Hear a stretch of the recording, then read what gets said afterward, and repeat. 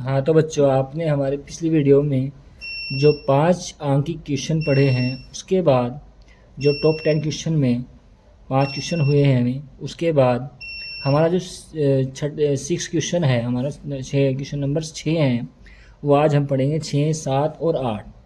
ठीक है, तो सभी बच्चे ध्यान से देखेंगे। वायु के सापेक्ष जल तथा कांच के अपवर्तनांक क्रमशः ये और ये, यदि प्रकाश किरण कांच से जल में जा रही हो तो कांच के सापेक्ष जल का अपवर्तनांक ज्ञात कीजिए। ये बोर्ड एग्ज़ाम में पूछा जाता है क्वेश्चन, 1 नंबर या 2 नंबर में आता है। आप सभी बच्चे ध्यान से देखेंगे। वायु के सापेक्ष जल तथा कांच के अपवर्तनांक। अब वायु के सापेक्ष जल के अपवर्तनांक को कैसे लिखते हैं हम? वायु के सापेक्ष मतलब एयर, एयर मीन्स हवा, AN इसका जल का, जल मतलब वाटर। तो वायु के सापेक्ष जल का अपवर्तनांक कितना दिया गया है? 1.35। कैसे पढ़ा जाएगा? वायु के सापेक्ष जल का अपवर्तनांक। और क्या दिया है? वायु के सापेक्ष कांच का अपवर्तनांक मतलब ANG। A means air, G means glass, कांच। तो कितना हो गया? 1.50। उसके बाद यदि प्रकाश किरण कांच से जल में जा रही है तो कांच के सापेक्ष जल का अपवर्तनांक ज्ञात करना है। तो क्या ज्ञात करना है? कांच के सापेक्ष, तो जो सापेक्ष होगा वो पहले लिखा जाएगा। कांच मतलब G, कांच के सापेक्ष जल का, GNW हमें क्या करना है? ज्ञात करना है। उसके बाद कैसे ज्ञात करना है? GNW बराबर, अब जो स्टार्टिंग में आता है वो बटे में जाएगा और जो बाद में आता है वो ऊपर आएगा। तो कैसे होगा? ANW और ANG। वायु के सापेक्ष अपवर्तनांक लिख दिए इनके। अब इनकी वैल्यू कितनी कितनी है? ANW 1.35 और 1.50। पॉइंट से पॉइंट हटा दिया। उसके बाद इन्हें डिवाइड कर दो। 5 से डिवाइड करा कितना आया? 75। 75 का 5 से डिवाइड करा, 5 दूनी 10 और 5 सत्ते 35। ठीक है, तो कितना आएगा? 27/75। अब इसे डिवाइड करेंगे तो कितना आंसर आएगा इसका? डिवाइड करने के बाद आप भाग देख सकते 0.9। उसके बाद जो हमारा अगला क्वेश्चन है वो है वायु के सापेक्ष, क्वेश्चन नंबर जो 7 है। वायु के सापेक्ष जल तथा कांच के अपवर्तनांक क्रमशः 4/3 तथा 3/2 हैं। जल के सापेक्ष कांच का अपवर्तनांक तथा कांच के सापेक्ष जल का अपवर्तनांक ज्ञात कीजिए। तो जो हमें दिया होगा पहले वो लिखेंगे हम। वायु के सापेक्ष दिया हो तो क्या लिखेंगे? जल और कांच का। तो ANW यह है वायु के सापेक्ष जल का अपवर्तनांक। कितना दिया गया है? 4/3। उसके बाद क्या दिया गया है? वायु के सापेक्ष ANG कितना है? 3/2। और निकालना क्या है हमें? जल के सापेक्ष कांच का अपवर्तनांक मतलब जल के सापेक्ष WNG निकालना है।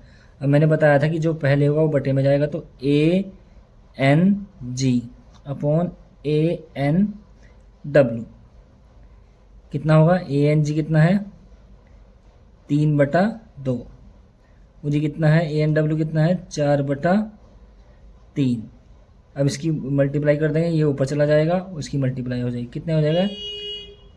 3 × 9/8। ठीक है, पहला आंसर आ गया हमारा ये। उसके बाद क्या कहा? कांच के सापेक्ष जल का अपवर्तनांक। अब कांच है तो कांच क्या है? GNW, तो जिसके सापेक्ष से वो पहले लिखा जाएगा। अब जब इसके यहाँ आएगा तो जो पहले हो वो कहाँ जाएगा? बटे में। तो ANW अपॉन ANG। तो ANW का मान कितना है? 4/3। ANG का मान कितना है? 3/2। ये मल्टीप्लाई होगी ऊपर तो कितना हो जाएगा? 8/9 आंसर। ठीक है, अगला क्वेश्चन है बच्चों हमारा, अगला क्वेश्चन है हमारा,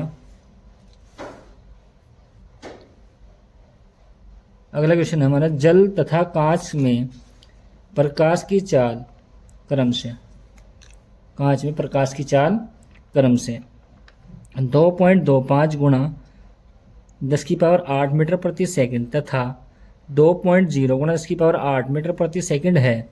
निम्नलिखित अपवर्तनांक की गणना कीजिए। नंबर 1 है पानी के सापेक्ष कांच का अपवर्तनांक ज्ञात करना है और वायु के सापेक्ष कांच का अपवर्तनांक। तो अब इसमें क्या है, हमें क्या की चाल दी गई है प्रकाश की जल और कांच में, ठीक है। और निकालना क्या है, पानी के सापेक्ष कांच का अपवर्तनांक ज्ञात करना है, वायु के सापेक्ष कांच का अपवर्तनांक ज्ञात करना है, ठीक है। तो सबसे पहले जो दिया गया है वो लिखेंगे। सबसे पहले क्या लिखा है, जल में प्रकाश की चाल, जल में प्रकाश की चाल, प्रकाश की चाल कितनी है, जल में प्रकाश चाल पहली जो है 2.25 गुणा 10⁸ मीटर प्रति सेकंड, ठीक है बच्चों। उसके बाद दिया गया है कांच में प्रकाश की चाल, कांच में प्रकाश की चाल कितनी है, 2.0 गुणा 10⁸ मीटर प्रति सेकंड, ठीक है, मीटर प्रति सेकंड। उसके बाद अब हमें जो पहला निकालना है वो क्या करना है, पानी के सापेक्ष, पानी के सापेक्ष कांच का क्या निकालना है, अपवर्तनांक। तो कैसे निकालना है,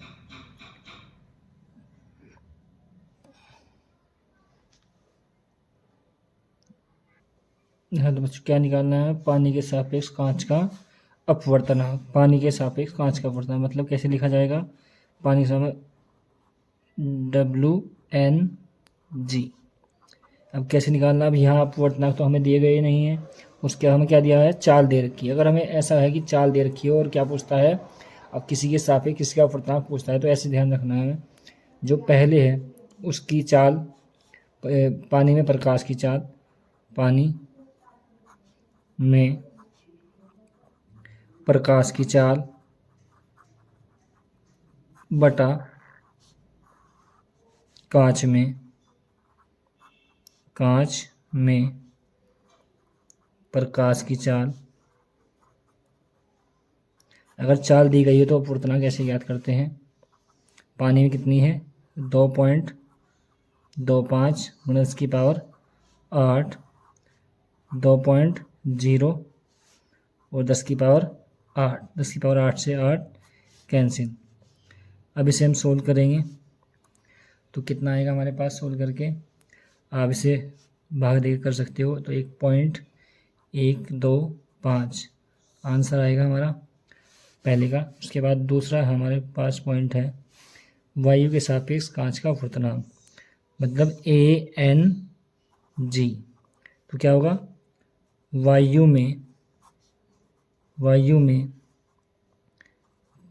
में प्रकाश की चाल, प्रकाश की चाल बटा क्या है फिर कांच में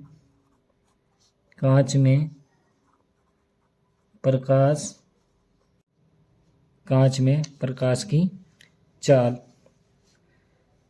वायु में प्रकाश की चाल अब हमें यहाँ पे नहीं दी तो याद रखनी है, हमें वायु में या निर्वात में प्रकाश की चाल होती है 3 गुणा 10⁸। कांच में प्रकाश की चाल कितनी है हमारे पास 2.0 गुणा 10⁸, पावर 8 से 8 कैंसिल, तो कितना जाएगा 1.5 आंसर, ठीक है बच्चों। आप